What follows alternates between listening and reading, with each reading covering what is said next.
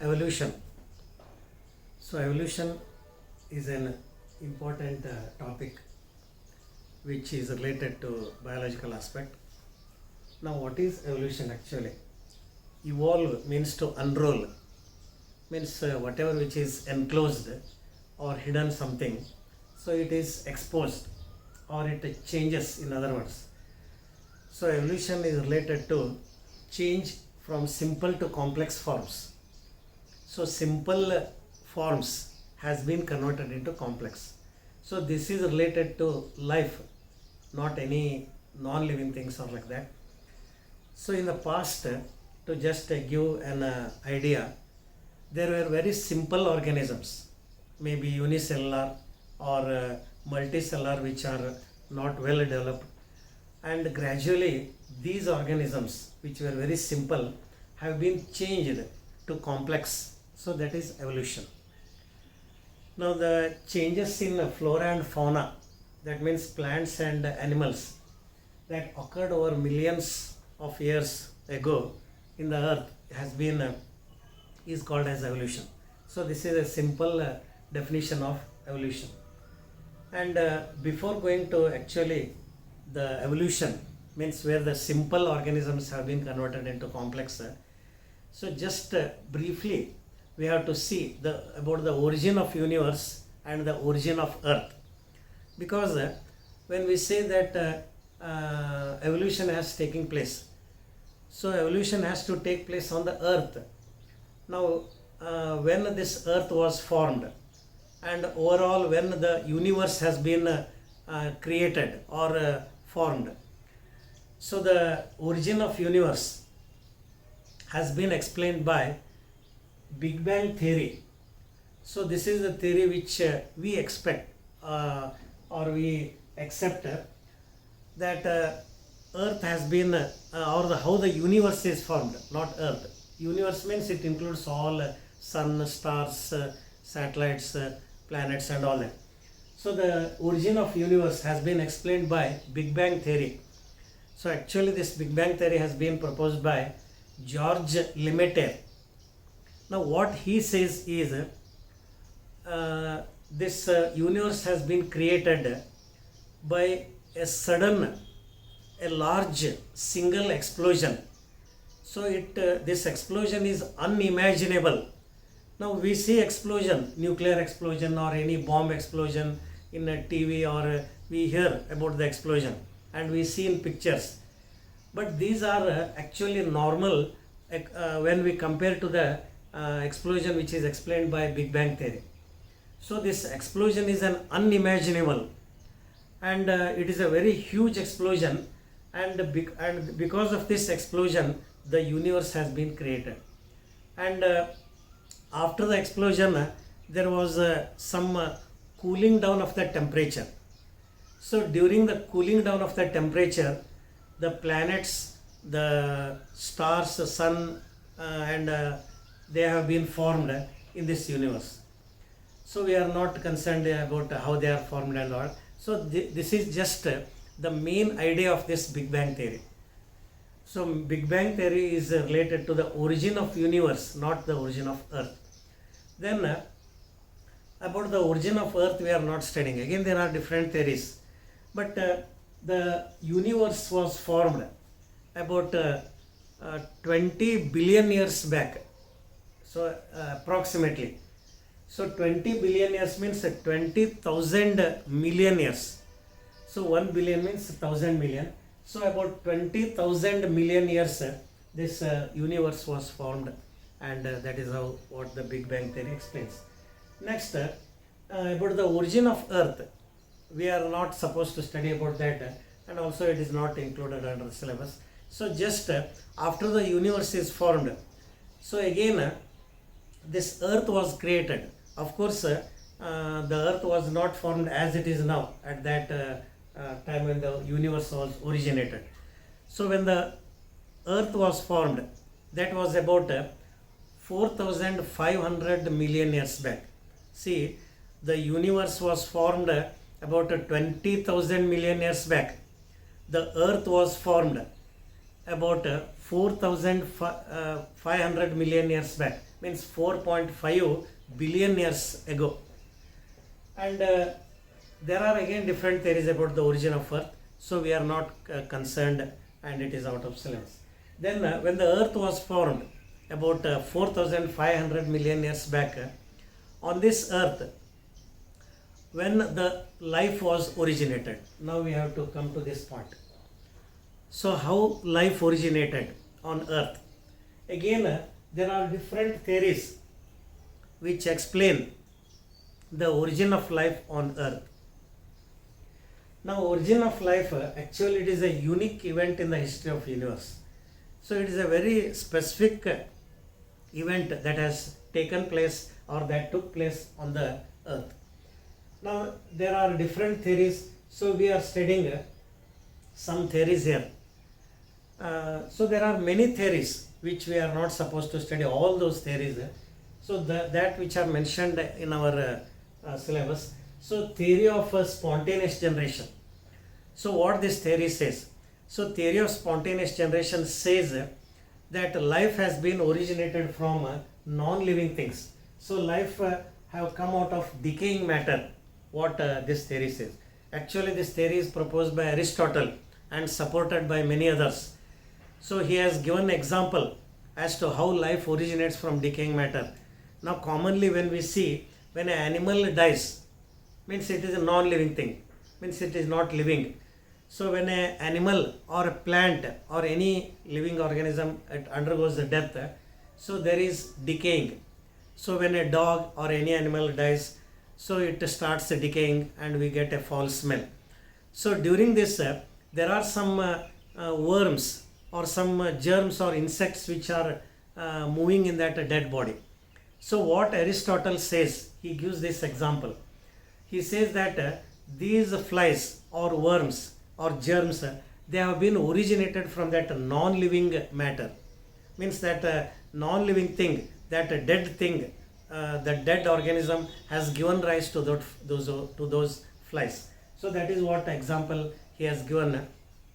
So like that he gives many such examples which now according to our scientific ideas we are not believing that. He has given another example. For example, in a certain pit on the earth. So here when rain falls and water collects in that pit, so we see some frogs and insects which are moving in that water. Now before that, when water is not there, we see that there is nothing except mud and all that, stones. But what Aristotle says, these frogs and other living organisms have been originated from the mud where the water has been collected. So people believed that, and this idea remained in the people over generations and generations. And this theory is not accepted today. Theory of panspermia states that now in the universe, life came to the earth in the form of spores. So in the meteors or meteorites, ಧೂಮಕೇತು ಅಥವಾ ಉಲ್ಕೆಗಳು ಅಂತ ನಾವು ಕರಿತೀವಿ. So when they are moving in the universe, they carried or they contained some germs or spores. So when they were moving in the universe, accidentally when they came in contact with the earth, so these spores or the germs, they spread, they were distributed on the earth and they gave rise to different species of plants and animals. But however, that theory is also not accepted. Then the theory of chemical evolution. So the theory of chemical evolution is actually proposed by Alexander Oparin, Russian scientist, and an Indian scientist, J.B.S. Haldane. So these two, they have proposed as to how life originated. So but what main idea they say is life has been originated from non-living things. So theory of spontaneous generation says the same thing, but the way of interpretation, the examples which are given by them were not appropriate. But Oparin's theory of chemical evolution says that life has been originated from non-living things. But they have explained this and this is proved. So this theory says that life has been originated from organic molecules which were pre-existing on this earth. and these organic molecules were responsible for the formation of the life. And these organic molecules, they gave rise to living organisms because of certain conditions prevailing on the earth. So those conditions were called as the prebiotic conditions. So these prebiotic conditions are the conditions before the origin of life. So that means when there was no life at all, there was atmosphere, there was water, and there was land, but no forest and no living organisms. So that prebiotic conditions were very high temperature. So that high temperature was believed to be nearly 600 degrees centigrade. So that high temperature, and there were volcanic storms were common. The atmosphere was without oxygen. It was called as the reducing atmosphere. It contained mainly ammonia and methane, and there were torrential rains. So rains were heavy, and ultraviolet rays reached the earth as there was no ozone layer on the earth. So these were the prebiotic conditions according to this theory. So these organic molecules which were formed in the prebiotic atmosphere, it is because of this. So methane reacted with water vapor. So water vapor, methane, ammonia, and there was little hydrogen. So these were the four gases which were present on the earth, which are called as the prebiotic gases or primitive gases. So methane was the main which reacted with all the other chemicals and formed different nitrogen compounds, and also certain carbohydrates and certain other fatty acids, glycerol and that. So methane reacted with ammonia and formed some compounds. Methane reacted with water and formed carbohydrates, simple sugars. Methane reacted with hydrogen and formed some other compounds. So like that, various organic molecules were formed, and these organic molecules they were arranged, they aggregated to form the cells of the life. But however, Moparin says only that the formation of the organic molecules is possible, but the organic molecules were responsible for the formation of life, but how they formed, this theory does not explain. So this theory explains that organic molecules were formed by simple compounds like ammonia, methane, water vapor and hydrogen. So that is what this chemical evolution theory says. So this chemical evolution theory is accepted today because this theory of chemical evolution has been proved experimentally by Stanley Miller, so which we will be studying separately. So this chemical evolution theory, which is proposed by Alexander Oparin and J.B. Sardin, it is supported by many evolutionary biologists in the world. So such kind of conditions when they are present on the earth, it is possible to it leads to the formation of the organic molecules, and such organic molecules were responsible for the formation of the simple cells on the earth. But however, the simple cell was formed in the water, aquatic medium. And then there is one more theory which is called as the theory of special creation. This is related to origin of life and both evolution. So here this is a theory which is proposed in the religious literature, that is actually in the Bible. So this theory of special creation says that how life originated and how evolution has taken place. And this theory does not believe in evolution. This is main thing. So purely it is origin of life, and this theory has three connotations or ideas, belief, which what the theory explains. And this theory of special creation says that the earth which is formed, it does not tell about the origin of universe. The earth is formed just about 4,000 years ago. Means this earth which is there today, what it is there, it is about 4,000 years old.